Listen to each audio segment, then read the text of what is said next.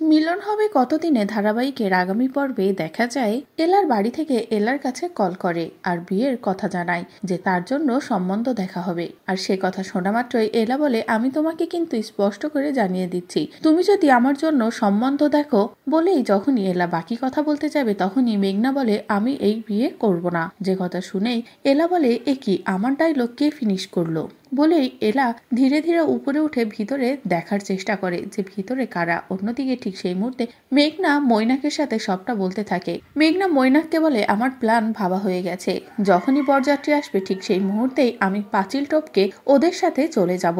যে কথা শুনেই তো এলা পুরো অবাক হয়ে যায় আর বলে, এ কি, কাহানি মে তো টুইস্ট হে, বিয়ের কোণে পালাচ্ছে। অন্যদিকে ঠিক সেই মুহূর্তে সেখানে গোরা আসে। গোরা এসে এলাকে দেখে যখনই দেখে এলা ভিতরের সব কথা শুনে ফেলেছে তখনই গোরা ভয় পেয়ে যায়। ভয় পেয়ে এলার মুখটা চেপে ধরে রাখে। এদিকে এলা তো গোরাকে দেখে অবাক হয়ে যায়। তো বন্ধুরা, এলা তো সবটা জেনে গেল, এদিকে গোরাও বুঝতে পারছে যে এলা সবটা জেনে গেছে। তাহলে এবার কি করবে গোরা, কিভাবে পরিস্থিতি সামলাবে? অন্যদিকে এলাই বা কি করতে চলেছে মেঘনার সাথে, কিভাবে সেনবাড়ির সম্মান বাঁচাবে এলা? আপনাদের ঠিক কি মনে হচ্ছে তা অবশ্যই কমেন্ট করে জানিয়ে দিন। পরবর্তী আপডেট পেতে চ্যানেলটি সাবস্ক্রাইব করুন।